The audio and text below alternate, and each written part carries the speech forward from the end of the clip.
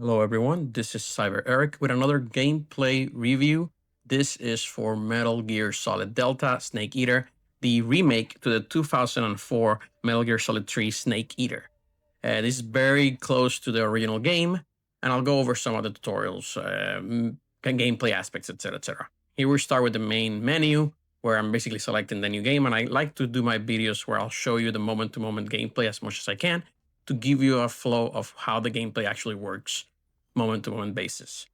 For controls, real quick, there is a new style of controls for more modern action games. If you played previous Metal Gear Solids, you will know that they kind of control a little bit differently than most modern combat games.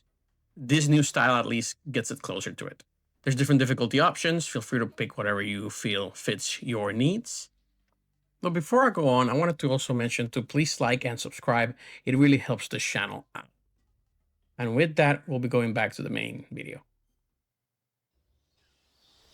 Snake. Right, so this is our protagonist for Snake Eater. This is Naked Snake, also known as Big Boss in subsequent games. This is played by the voice actor David Hayter. Hopefully I'm pronouncing his name right. And it's a very classic character, particularly if you played Metal Gear Solid. This is the kind of prequel to Metal Gear Solid 1, if you've ever done them in sequential order. Basically, yeah, here's the combat. Here's basically the basic. You start the game out. You can move around, aim freely. This is basically pressing right trigger and left trigger, right for aiming, right trigger for shooting. You can capture animals in the game. Like here, I basically shot a sleeping dart. And you can capture the animals. And here's some of the menus that I wanted to kind of show to start off. You guys got your camouflage. This allows you to basically blend with the environment. It's one of the main mechanics of the game. And you basically get to select what clothing and colors you want to use to make sure you're blending in so that the enemies will be harder to see you. This is a sneaking game, so of course you want to kind of manage that. You're also going to have your backpack. You're going to have different items, tools, weapons. You can only have up to 8 equipped at a time. So at some point you might find the gun that doesn't immediately show up. You need to go into the menu. You need to select it and equip it. So it'll be in your radial menu. And I'll show that in a second. And you'll also have different items like sonars, binoculars, the cigar and the revival pill and some other things. And there's some mechanics for later. Also, you got food. You have to eat. This is a survival game-ish kind of thing. Very simplistic, if you will. And also, you have a map. So the last menu item is going to be the cure option, which comes up a little bit later, basically after the end of the tutorial mission. And this is basically cure, where basically Snake will be injured, poisoned, he'll receive cuts, etc., etc. But you have to go in, inspect what does he have, what ailment does he have. Basically, you go in terms of your items, and you're gonna have to basically close the wound, stop the bleeding, apply a bandage, and disinfect, right? And the order of this doesn't matter. I did this in order just to kind of show it for the video. And for example, here I am looking for the different items, and I'm basically read the descriptions at the bottom, linking to what you have at the top for the injury, in this case the cut, and you basically start applying the different items. And I'm doing this in order just so you guys can see. That's the last of the menus that you will see, and you'll use this throughout the game as well.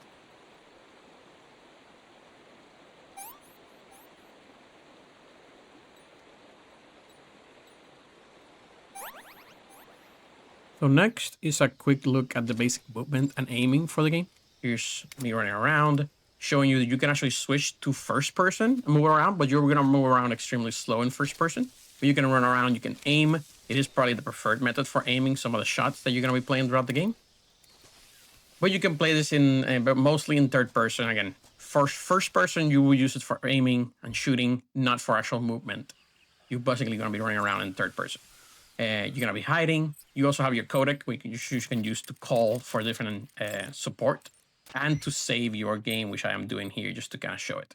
But basically, the radio is a very big mechanic. So as you find new things like new animals or new items in the game or new weapons, you can basically call your support characters and they'll talk to you more about the lore of the game, the different items that you're grabbing, etc., etc.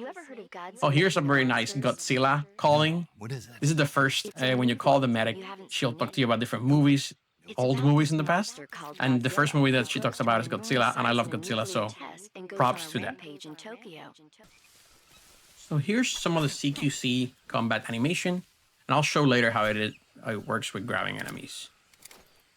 And here's the radial menu for what I mentioned before. You can basically run around and select different items, particularly weapons. This is by pressing right on the D-pad, and if you press left on the D-pad, you will get the items, like the radar and other things that you can find in there. And I'm trying to show this in real time so you can get an idea of how the gameplay works moment to moment, rather than clips cut back to back. Here's how I like to do my videos. So they can tend to go long, but that's the idea of this, to kind of show, here's how the moment to moment gameplay works for various games. So here I am, here's the beginning of the game. You can find out this nice crocodile. I basically put him to sleep. And you can do this particularly if you have the gun, but the gun that I'm using there is the very easy mode that basically you just can put everything to sleep. It's extremely easy base game. Here's some nice close-up of the details and nice graphical things. And again, for example, if I want to just kill him, I can basically just equip the knife. He's still sleeping, and I can basically stun lock him until he dies. And here's a very cool animation of when they die, the graphics you see here. And you basically can grab the meat, and that's part of the food that you're gonna have to use to feed yourself. All right, so again, this is the initial swamp. This is 5 minutes into the game. Actually, probably like 20-30 minutes, because you're gonna have a lot of cutscenes, just FYI. But that's part of it. And again, very nice graphics, very nice impressive gameplay. If you've seen my other comparison video, you'll see that this is very similar to the previous original game. You'll also find throughout the game these little ducks, toy ducks. You can basically shoot them. They're little collectibles that you find throughout. You also find some frogs. And also be careful with this, the beehive, because if you can see those, you can actually shoot them. And you can use them to scare enemies, etc., etc. And it's a mechanic that you will see throughout the game, so just be wary of that. And lastly, one of the things I wanted to show was the close quarters combat, or CQC. And this is a new feature. Basically, you can stalk enemies with a particular button. For these purposes, I'm not used to that slow pace, so I just basically grab the guy. But basically, you can grab enemies, you can interrogate them. In this case, it's early on, so he's not actually gonna tell me much information. But basically, you can run around, you can choke them, or you can kill them. But for the most part, I basically like to choke enemies, right? And make sure that they're still alive. And one of the things that you want to do is also you can slam them to the ground. Here it is. Again, this is a very slow animation. Make sure you know your surroundings before you do that to an enemy. And you can slam them or draw them into the ground. And in classic Metal Gear fashion, you can always grab an enemy and then just release them. And they'll drop a nice little item for you. Real quick, I also wanted to show some of the environment that you're going to be seeing throughout the game, particularly things like swamps. You're going to be fighting different enemies. Both, for example, here, I got a leash attached to myself. You gotta go to the cure item and burn that out. You might face crocodiles, other types of animals. You'll obviously face bosses, which I'll go over in a second here. But I kind of wanted to show some of the environments, things like that. As you're going through the jungle, you're going to find different obstacles. In this case, mines. You're going to see mines, enemy mines. You can basically, if you crawl, you're gonna pick them up. That is an old school Metal Gear trick. And you're basically gonna be running around looking for different obstacles, tripwires, enemy soldiers that are running around the environment, electric fences like this one, where you'll basically see this nice hole in the middle. And perfect. The best way to do this is roll. And again, it works pretty well when it camps me, and you see traps in the background and enemies. You'll be investigating different caves as well, swamps, different military facilities as well. I'm only showing the early environments so as to avoid potential spoilers for the later parts of the game. But for the most part, this gives you an idea of the things that you're going to be looking at. And here you see you can basically crawl around in a cave. The environments look really nice, particularly for this remaster. Yeah, you're going to be exploring, again, as I mentioned, different caves, different lighting environments. You're going to be scavenging for items. For example, here, I basically shot that mushroom. It becomes an item. You can pick it up. You're going to have to basically find items, food, ammo, weapons, running around. Here's a little bit of footage from the swamp that you'll see, again, pretty early on in the game, a couple hours into it. But that's just most of the environments that I wanted to kind of showcase for this gameplay review.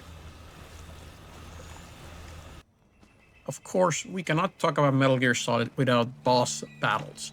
These are basically the highlight of most of the Metal Gear Solid games, particularly Metal Gear Solid 1, 2, and 3, in my opinion. The boss battles are basically the reason you're here, the excellent cinematics, the setup for why you're fighting these different enemies. You're fighting different groups like Foxhound and different cyborgs, different people with special abilities. And here you're fighting Ocelot. And I'm gonna show some of the gameplay from the boss battles, just to give you an idea of basically how some of them flow. These are the two earliest boss battles that I'm gonna show. I'm gonna show here Ocelot and then another one in a second. But basically, that's basically what you're gonna be doing. They're mostly tied to mechanics here. Since this is a stealth game, you're not gonna be running around shooting a M16 Call of Duty style. This is basically tactical. You're gonna have to run around, learn enemy patterns, inflict damage here and there, and you're also gonna have little cinematics where the boss battles are gonna change throughout the thing. And again, it's about mechanics. It's about figuring out what the enemy is doing, and it's about basically trying to cause damage, or in some cases, make the enemies sleep. There's features for that, but I'll let you guys figure it out. Here's another one. Here's the Pain. This is one of the earlier boss battles. He basically controls a bunch of hornets. He's one of the soldiers from the boss unit. As you see here, him saying that we are the sons of the boss. And basically, you're going to be running around and you're going to be fighting him in this cave. And again, this is just a quick showcase. I'm not going to show you how to defeat the enemies, but I'm going to show you kind of like a high-level concept of basically how you fight them. So in this case, running around, shooting him with a gun. I actually selected the actual pistol rather than the sleep dart, so I can actually do some damage to him.